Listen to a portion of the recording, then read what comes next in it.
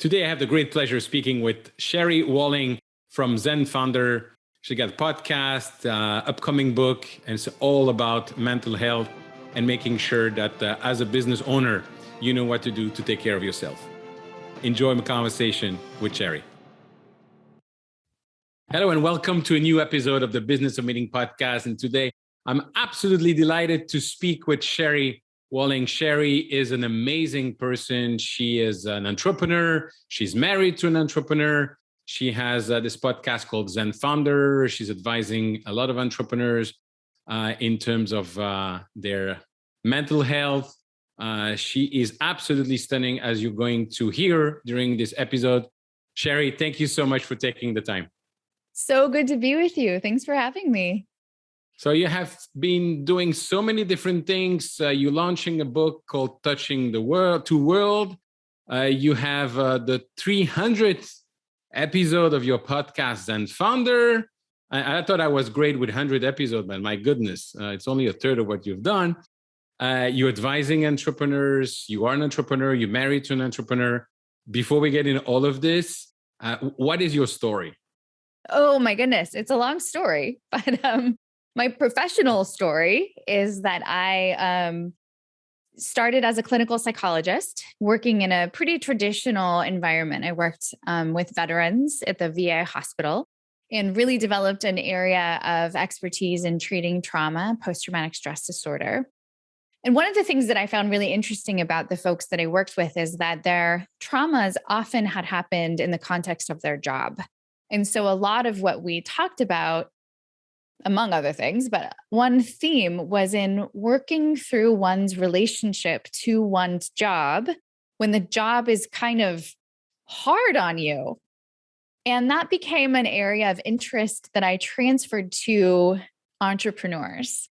So how do entrepreneurs have a relationship with their business, with their work, when the business is psychologically expensive, when it's costly to love something as much as most of us love our businesses?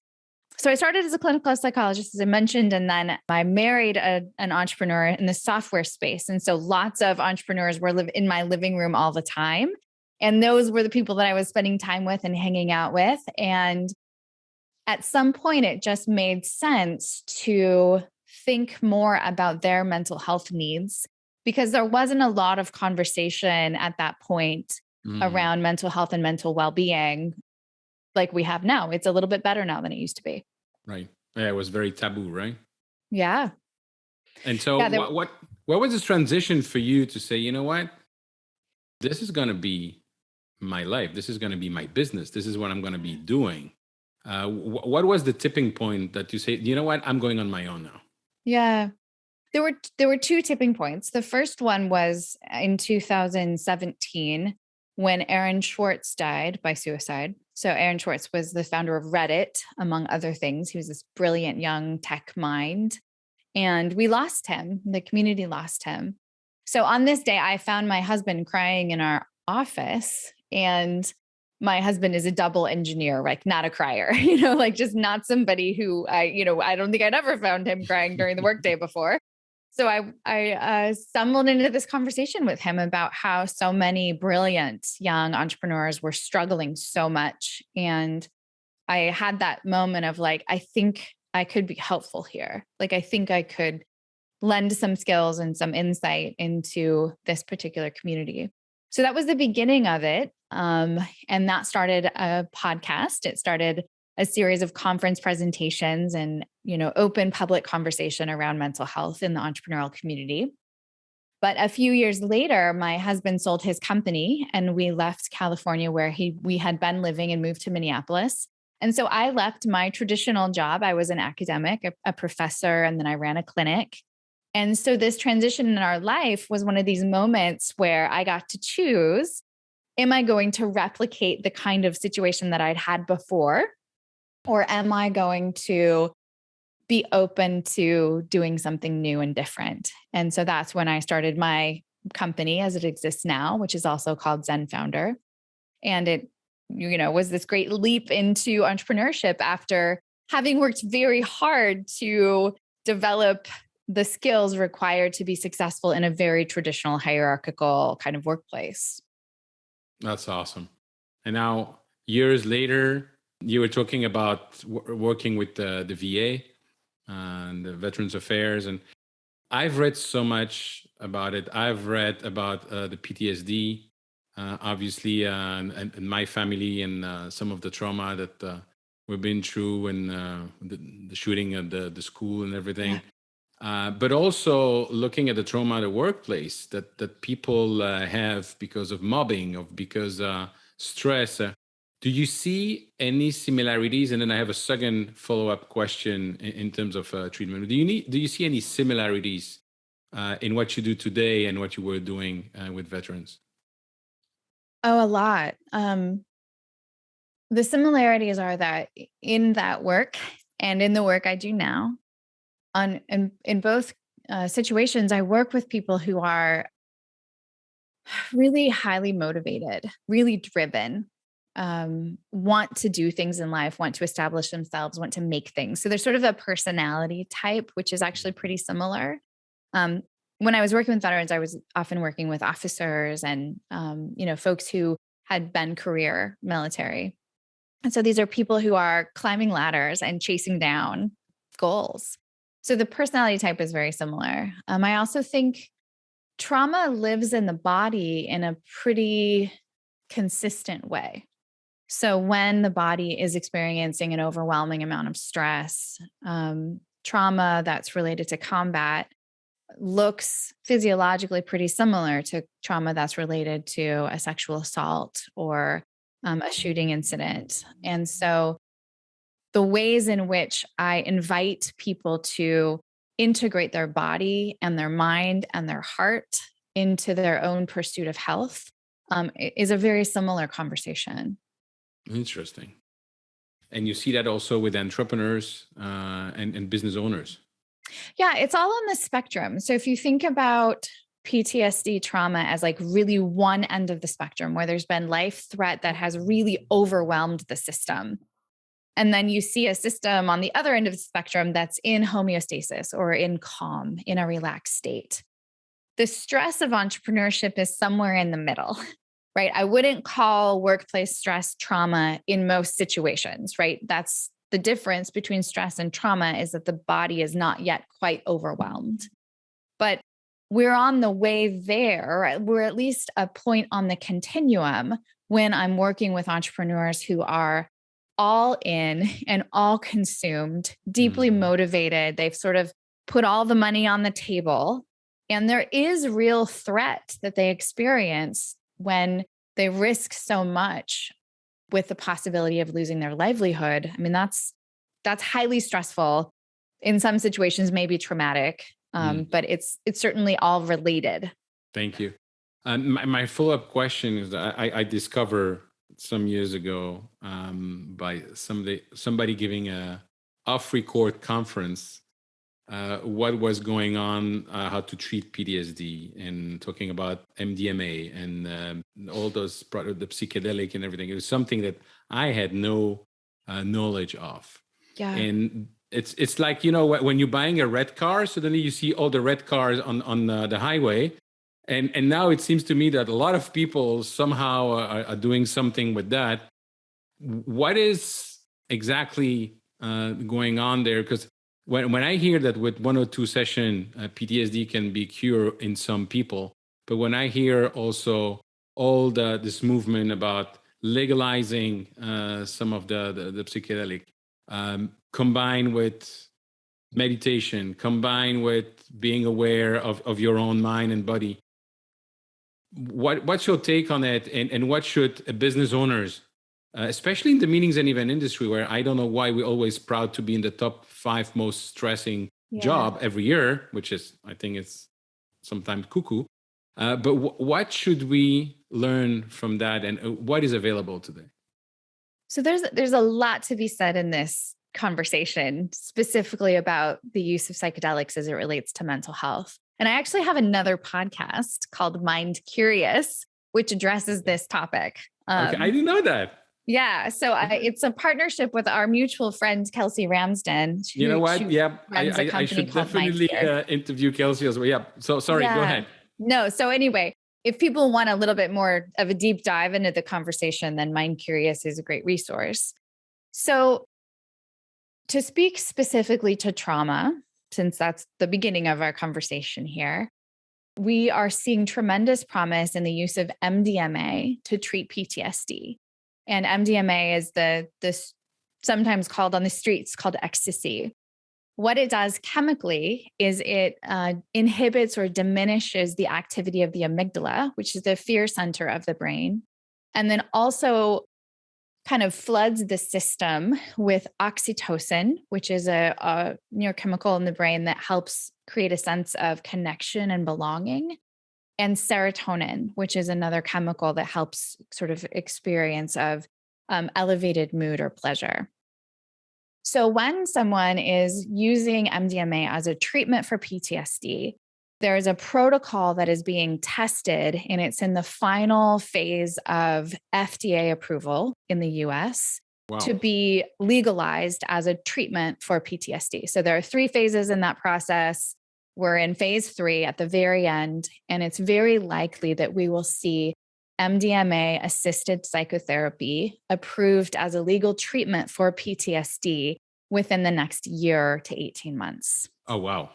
So it's pretty far along, and the research is very robust, and it's being conducted at places like UC San Francisco and Yale, not like not in the back alley van where somebody's like, hey, take this drug, see if it works. So this is a very reputable research.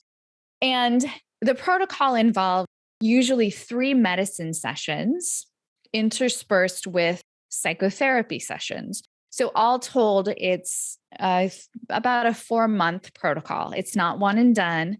And it's also not easy. It's pretty challenging in that people are often returning to their traumatic experiences and processing them under the guise of this medicine. So I personally am very excited about this potential because we haven't seen major innovation in mental health care for a number of years. So MDMA is just one of the protocols that are showing tremendous promise. There are a few others that are worth noting, but I think it's important for really all professionals and all consumers of mental health care to know that these interventions are coming.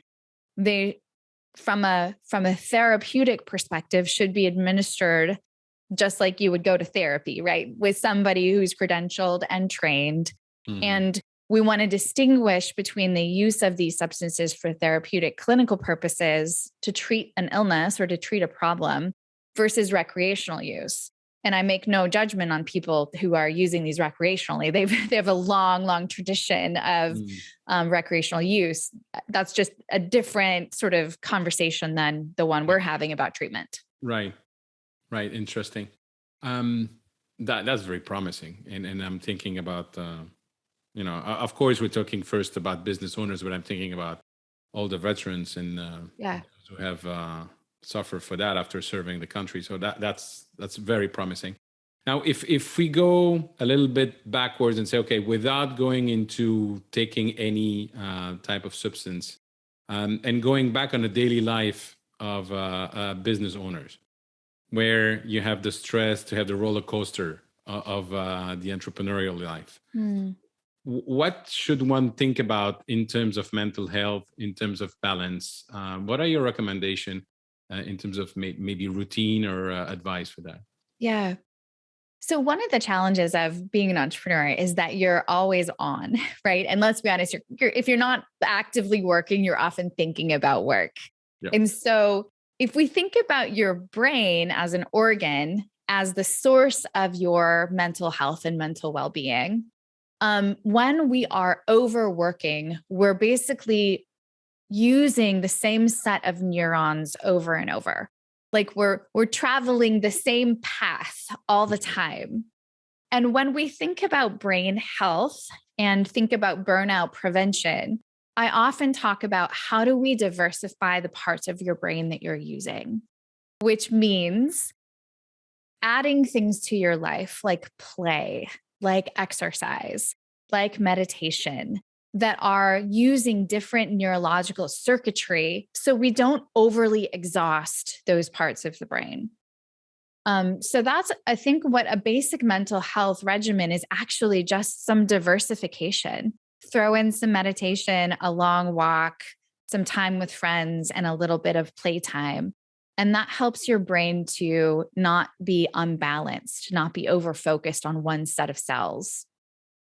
Especially the last 2 years being on Zoom, I realized that I was going like bang, bang, bang, bang, bang, no break. Where in the past, when you go to meetings or you have a break in between, even if you have meetings in the office without going to see customer, and here is like one after the other, after the other, after the other. And if you're 1 minute late, there's an issue with that. So if you look at what happened the last 2 years, how do you see people working in the future in terms of totally online, totally offline, or a mix of both, and how to really take care of our mental health? Yeah, I think it's optimal to have a hybrid model. Honestly, I think a lot of people have really enjoyed the benefits of working from home or of not having a centralized office. Our family, just as example, we spent 3 months in central or on the central coast of California last winter because we didn't want to quarantine with our children in our house in Minnesota in the snow. So the ability to work remotely obviously offered that flexibility, which was wonderful for our family. And I think we are all saving time and commute. I'm saving money in shoes because I never wear shoes anymore, actually. But obviously, we're also longing for the camaraderie of being in a place with other people. And we are also learning that a lot of work gets done when we can be in the room. So some combination of hybrid and or some hybrid of remote and in-person, I think, is really the future of work from a well-integrated, well-balanced perspective. One of the thing you're also doing a lot of work on is grief. And I love the post you make. It really resonated a lot with me. And the last 2 years, a lot of people lost a dear one. And as business owners, again, there's this thing where you have to always show a nice face, or bottom line is not the problem of the customer if you're not well, or so what are your advice in terms of the grief, especially for business owners and entrepreneurs that need to officially be smiling and all all good all the time? Yeah, I might challenge the all good all the time to some extent. I do think you're right. When we show up professionally, we have the responsibility to our clients to meet their needs, not to invite them to take care of us. That's not appropriate. But I do think that we could probably be a tad more authentic than maybe we give ourselves permission. But one of the challenges with high performing folk, with professionals in the event space, is that we are so used to pushing through and going. And grief is a little bit antithetical to that. Grief is often slowness, it's sadness, it's places of quiet. Of course, grief looks different for lots of folks, but there's usually a component of stopping and being still, which is very different from how most of us operate in our daily lives, especially if we're motivated and we're pushing through. So if you are a professional who is customer facing, or, in my case, I'm a consultant, I'm a clinician, I'm with people all the time, and my job is to take care of them. But I have to create corners of my life where there's space for grief. So I have to create moments when I can take off the mask of everything is okay, and I can just move into this other part of me. And for me, as I'm sure for many of your listeners, that's an intentional, almost discipline, because the inertia of life pulls us into activity and pulls us over grief, like just to skip over it and to ignore it. And I have seen over and over where kind of unacknowledged grief, unprocessed grief comes out in other places. It comes out sideways. It comes out in different alcohol use. It comes out in affairs. It comes out in shortness with our children. It comes out with impulsive decision making at work. Like it comes out somewhere if we don't give it space. Very good point. How do you give it space concretely? Honestly, sometimes I put it on my calendar. So for me personally, I lost both my dad and my brother in a pretty short period of time. And my dad died on November 10th, and my brother died on May 10th. And so on the 10th of every month, I have a few rituals that I do. I usually carve out 90 minutes from my schedule and I take a walk and I just kind of commune with my lost brother and my lost dad. I might set aside time to look at pictures of them. I usually wear my dad's high school ring. And it's an intentional decision to open that space of grief in a rhythm. There's a ritual. So on the 10th of every month, you can be sure I still go to work. I still parent my children. I still show up in my life, but I carve out some time. Also on the anniversaries of their deaths and of their birthdays, I carve out some time. I'll usually go on a long hike to honor my brother's loss. So I think it doesn't have to mean that you're, rearranging your life, but you're just creating small openings that have to be done on purpose. I like to say that only die those who are forgotten. Yeah. Which is, something like very much. Do you have like a morning routine? I do. Yep. It changes a little bit based on where my focus is, but I love mornings. So I am an early riser. I often get up at usually 5:30, a couple hours before my children. And I love to work out in the morning. And I also love to write in the morning. So I kind of alternate the days of the week if I get up to write or get up to go work out. But it's in those quiet spaces that I also find a lot of time for some of the emotional processing of grief. Mm-hmm. And of course, for your listeners, like grief is also not only death related. Grief is loss of plans, right? Yep. Everybody's plans got scrambled, loss of financial stability, as is relevant for many of your folks, loss of connection to people. I think a lot of people are feeling the polarization of culture right now and are having trouble talking to people on the other side of the vaccine debate or whatever it is. But there's a lot of loss just sitting in our culture right now that is in addition to the loss of death or loss of life to death. Vaccine debate? Never heard about it. You live in Florida.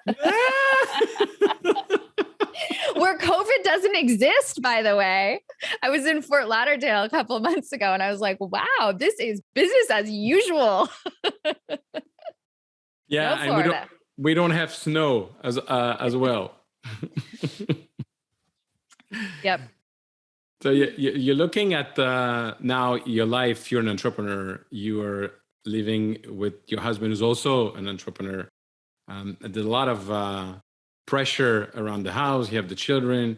So, and this is not unusual for anybody. And also, I know a lot of people that are working with husband and wife in the same business, which is also more challenges. What are your advice there? Again, instead of balance, mental health, and making sure that people are focusing on the right thing and on themselves. Yeah. I think again, the dance is in the transitions. So when I want my husband's help with something in my business, I actually send him a Google Calendar invite and we make an appointment, which sounds a little bit, rigid maybe. But it does mean that I know I can ask him about how to install affiliate links on my website on Friday morning, and I don't need to ask him at dinner. So having those role shifts between now I am romantic partner, now I am mother, now I am business consultant friend, that we're clear on what role we're playing. Because again, the problem of the entrepreneur is you're never off and you're never done. And that becomes pretty wearing and tearing on a romantic relationship because, I really value my husband's intellectual mind and his entrepreneurial skills, but also I need a partner who's not just in my business. And so making sure you have the fullness of the relationship represented, using rituals that help you go back and forth between the different facets of yourself and the different facets of your relationship is really helpful to offsetting some of that wear and tear that can happen in a relationship when it's kind of business all the time. Great point. Thank you for that. You say in the morning you like writing. You have a new book coming up, Touching Two Worlds. Touching Two Worlds. Touching Two Worlds. Yes, we have to pronounce the S in English. Absolutely. What is it all about, if you can tell us, and when is it going to be published? Yeah, so this book, my goodness, it really is just an act of love, this one. I think, as you know, as an author, sometimes we decide books and sometimes books decide us. So my first book was called The Entrepreneur's Guide to Keeping Your Shit Together. And that was a business decision, right? That was on brand. I had a marketing plan, like it fit with where I was going as I developed my business. What is the name of the first book? The Entrepreneur's Guide to Keeping Your Shit Together, How to Run Your Business Without Letting It Run You. Nice. It's right here on my desk. Voila. So anyway, that was the book that I planned to write. This book, Touching Two Worlds, kind of wrote itself in the sense that I was writing while I lost my dad to cancer and I lost my brother to suicide. And those deaths really shaped me. And I was writing about what was happening really for my own purposes. But as I was writing, I would write a little something. And then later in the day, I would send it to a client, or I'd send it to a friend. And I realized that I was writing something that I did want to share. So the book is heavily memoir, but it's also me thinking as a psychologist about how to do grief a little bit better, how to be more proactive about how we grieve and less afraid that grief is going to swallow us if we open the door a little bit. So it is, as I say, memoir and self-help to help people who are walking through grief feel a little bit less alone. That's great. And when is it going to be published? It will come out in July. Yeah. Wow. It's quite an adventure. I self-published my first book, like a good entrepreneur does. But this book, Touching Two Worlds, I did work with a traditional publisher called Sounds True. And so I'm having a very different experience this time around. And it's great to have a team that I'm working with, but it also means that I don't have any control over timelines. So I feel like I've been waiting forever for this book to be born, but it will come when it comes, which is July. Wonderful. And until the book comes, what is it exactly you're consulting with entrepreneur, and what type of advice are you giving in your daily life? Yeah, mostly the work that I do is around kind of the conversation we're having. It's around stress. It's around mindset. It's around leading teams.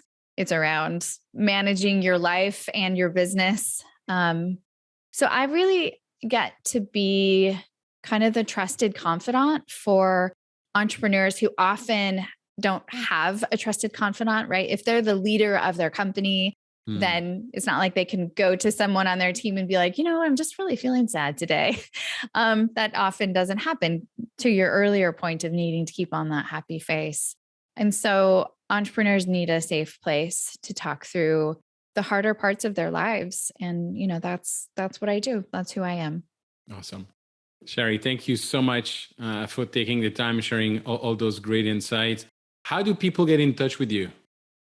Yeah. So I live on the internet at sherrywalling.com. That's also my Instagram and my Twitter.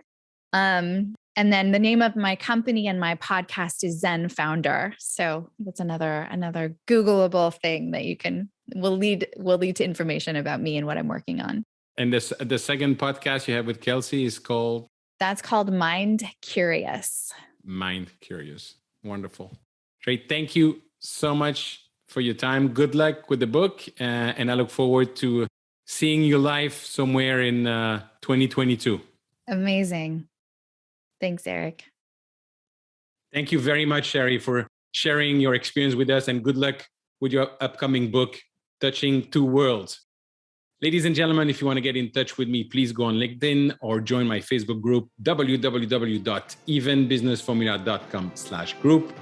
And if you find any good insight in this episode, please share it with your network. Thank you. Bye-bye.